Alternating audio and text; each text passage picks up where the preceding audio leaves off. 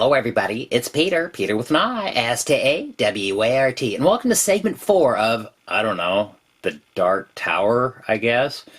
You may have noticed, between the chapters, there are simple songs. These are songs I came up with a long time ago. As I craft these audiobooks, I find it necessary to have little clips of background music to set the mood.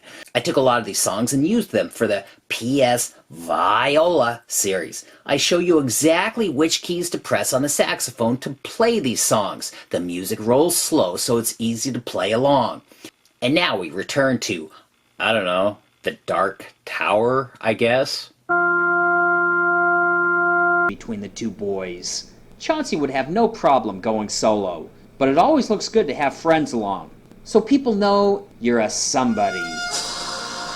With Joe around, there was no competition. The only thing Chauncey had to put up with was Joe's incessant need to take photographs everywhere, as proof that he hung out with a cool guy. When Joe got his first roll of film back, he realized the pictures were worthless because they just had Chauncey, and that anyone could have taken them. Instead of throwing the pictures away, Joe took another set of pictures of himself, making sure to pose appropriately. When he got that roll of film back, he cut himself out and glued himself next to Chauncey. And into the pictures of the parties him and Chauncey attended. To pose for some of the pictures, Joe would act like he was laughing at some hilarious incident that had just happened. It was weird.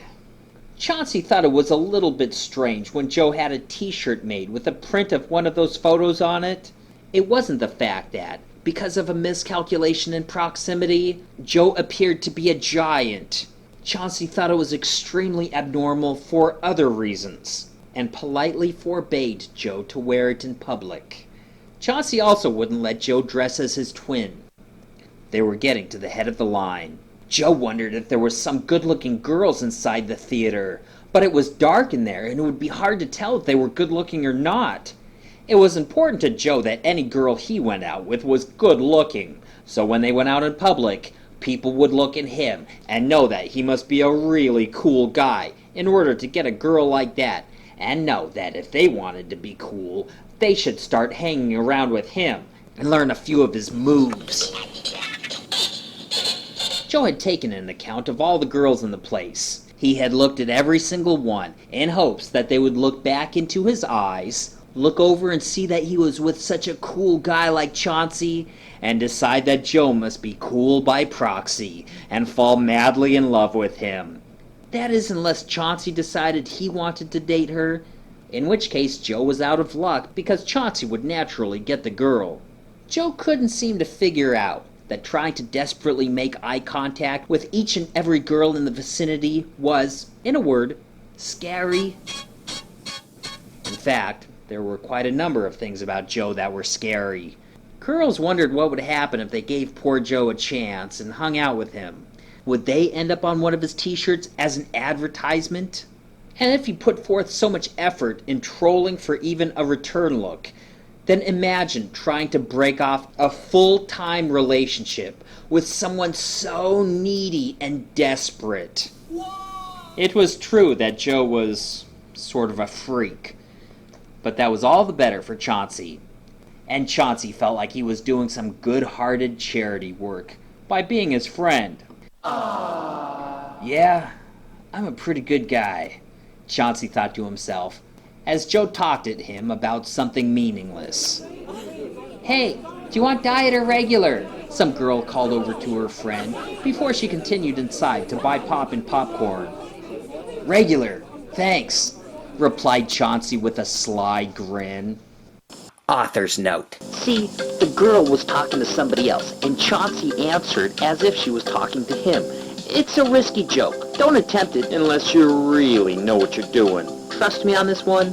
It's sort of like that little joke where the bartender passes a beer through a crowd to a patron, and somewhere in the middle you do the old switcheroo so they get a different beer than what they ordered. I wouldn't recommend that joke. It's sort of like Macbeth. In the way that it might be the death of you. A few things happened when Mona smiled back at Chauncey's little witticism. First, Joe suddenly found her to be beautiful and fell in love. Second, Susie Lee's senses went into overdrive, devising all sorts of ways to steal this handsome character's attention away for herself. Susie Lee came up with 3 solutions. One was to undermine Mona with some light-hearted ribbing that would expose a few dark truths about her friend, She's been with a lot of guys, okay? thereby destroying her as competition. Her second option was to act like a slut, just long enough to gain attention.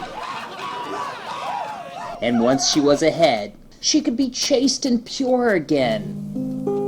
Mona didn't mind leaving the situation to get some snacks. It would have been nice to chat with the charming boy, and yet it didn't matter a great deal to her. It was the weekend, and she had some leisure time to hang out. But the rest of the week she was studying like gangbusters. Not necessarily for any career goals, but more so because she found her studies to be fascinating, and there was a sense of glory when a set of ideas came together for some practical application. It was driving Susie Lee crazy to see Mona chatting with the boys. If they were all in a car, she could turn the radio volume up so loud nobody could speak. But they weren't, so she just had to suffer.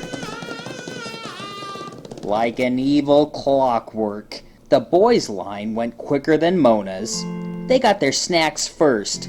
Mona pointed them over to Susie Lee. They went over to wait for her with her friend, giving Susie Lee a chance to say hello, show how bubbly she was, and poison them against Mona while her back was turned. Holding the Mongo-sized bucket of popcorn, Mona met Susie Lee and the boys as they came through the doors with the tickets. Whoa, that's a lot of popcorn, Said Susie Lee. Well, I was thinking we could share it, said Mona.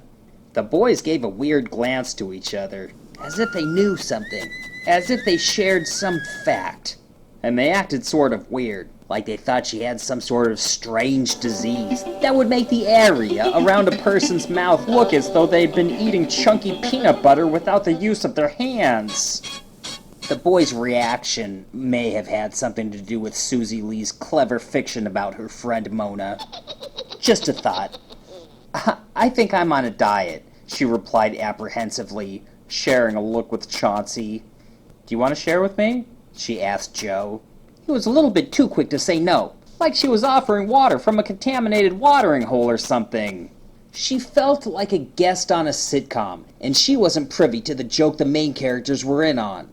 If Susie Lee had to wear a tape recorder around her neck like a cowbell, and then Mona got to hear everything Susie Lee said about her behind her back, their friendship would, whoosh, voila, disappear. Mona was a little bit curious as to what was going on, and was about to ask, but then the movie started, drawing her attention away from the matter. The movie they saw had Duncan Reno in it, who starred in the smash hit Thunderball, and Julie Lavino, who starred in the thriller Bloody Holly. And with such star power, this one promised to be a blockbuster. It wasn't that much of a roller coaster ride of spills and chills, nor was the plot clever in any way. But it had enough salty language, graphic violence, and sexy goings-on to be worth the price of a matinee. The best part was when Duncan Reno lit up a fatty, chuckled, and uttered sweetness. In such a funny way, it can only be appreciated while sitting in the darkened theater. It was a nice juxtaposition to the anti-drug commercial trailer before the movie started. So the movie they watched wasn't great. It wasn't a masterpiece, but it was fun. There was a lot of high-speed chases and running with guns, and then at the end, 2 dudes are doing kung fu on a building top in the pouring rain as helicopters circle around.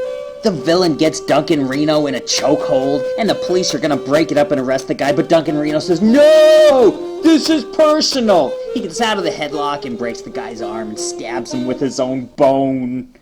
They were buzzing as they left the theater. Joe wanted to jump up and down.